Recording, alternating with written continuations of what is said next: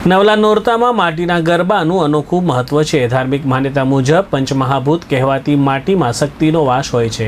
આથી નોરતામાં માટીનો ગરબો રાખવો શ્રેષ્ઠ માનવામાં આવે છે। માટીના ગરબા બનાવવા પાછળ કુંભાર પરિવારોની 1 મહિનાથી વધુની રાત દિવસની મહેનત હોય છે। કુંભાર પરિવારોએ જણાવ્યું હતું કે અમારી તૈયારીઓ 1 મહિના અગાઉ જ થઈ જાય છે।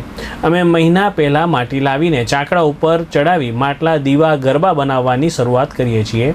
ત્યારબાદ ગરબાઓ તૈયાર થતાં તેના પર કલાત્મક ચિત્રકામ અને કલરકામ કરવામાં આવે છે। કુંભાર પરિવારો દ્વારા તહેવાર અને જરૂરિયાત પ્રમાણે માટીની ચીજવસ્તુઓ બનાવવામાં આવે છે।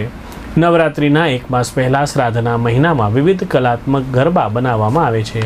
મારું નામ કુંભાર અબ્દુલરહમાન અલી મહમદ, મારું રહેવાનું બીરગેટ કુંભાર ફળિયામાં, અને અમે આ વર્ષોથી માટી કામમાં જોડાયેલા છીએ। અમારી 7 પેઢી આ કામમાં થઈ ગઈ।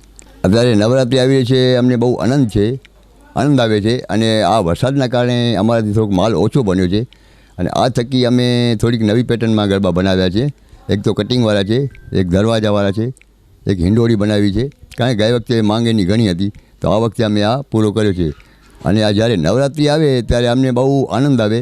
હિન્દુનો તહેવાર એટલે મુસ્લિમ ભાઈઓને બહુ આનંદ આવે કામ કરવાની।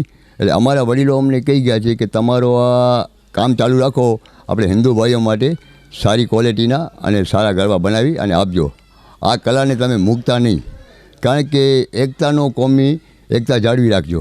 આમાં મહેનત તો સખત ઘણી છે। આમાં પહેલે ગરબાને અમને ચાકડા ઉપર ઉતારવો પડે, પછી એને ટીપવો પડે। એક ગરબો અમને હાથમાં 2 થી 3 વાર, પછી ભઠ્ઠી ઉપર લઈ જઈએ, ભઠ્ઠીમાં તૂટે ફૂટે, પછી અમને આ હાથમાં આવે, પછી બજારમાં લઈ જઈએ, એમાં રસ્તામાં તૂટફટ થાય, તો એ થકી અમને પ્રોત્સાહન હમણાં ઓછું મળે છે। પણ છતાં અમારા બહેનોને થોડીક રિક્વેસ્ટ કરી છે કે આ ગરબામાં થોડોક અમને અત્યારે એવી આશા છે કે તમે ભાવ સારો આવશો, કારણ કે વરસાદના કારણે અત્યારે તળાવ પર ભરાઈ ગયા છે। માટી અમે હરિપર તળાવમાંથી લઈએ છીએ, એમાં ખનિજવાળાએ અમને ઉપાડવા રહેતા નથી માટી, કારણ કે એ લોકો કહે છે કે તમે રોયલ્ટી ફાળવો। હવે અમે કુંભારી કામમાં અમારા વડીલોના વખતથી કોઈ અમે રોયલ્ટી ફાળી નથી, અને અમને માટી ખપે કેટલી, 1-2 ગધેડા ગાડી હોય તો અમને 2-3 મહિના હાલે, પણ છતાં એ પોલીસવાળાઓ અમને હેરાન કરે છે। અમે કલેક્ટર સાહેબને ઘણી રજૂઆત કરી કે ભાઈ અમને માટી જોઈએ છે, કે અમને માટીની કાંઈ વ્યવસ્થા કરી આપો। અત્યારે બધા પ્લોટ પડી ગયા છે। આ ભુજિયામાં અમે માટી લેતા હતા, ત્યાં પણ સમૃદ્ધિવન બની ગયો, હવે એમાં પણ આવવા નથી લેતા ભરવા। તો જે ભુજિયાની માટી જે હતી તે બહુ સારી હતી।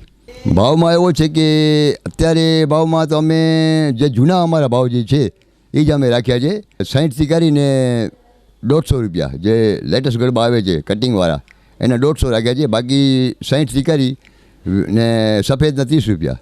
વધારે તો આપણે જો મુંબઈની અંદર જે દરવાજાવાળા મળે છે, ગઈ વખતે મેં બનાવ્યા હતા, તો આપણા ભુજની બહેનોને બહુ પસંદ આવી ગયા, ને કીધું કે કાકા કે આવતે વખતે તમે આવા ગરબા બનાવજો કે અમે લેશું। તો છતાં હમણાં વરસાદના કારણે અમારાથી ઓછા બન્યા છે, છતાં અત્યારે મારી મહેનત ચાલુ છે કે હું બનાવું છું, ને કોશિશ કરીશ કે માતાજીના કૃપાથી કે ગરબા બનાવી લઈશ ઉજાગરા કરીને, કારણ કે બહેનોની માંગ છે, એટલે મને ઉમંગ આવે છે કામ કરવાની, બહુ આનંદ આવે છે, એટલે હું કરીશ કામ।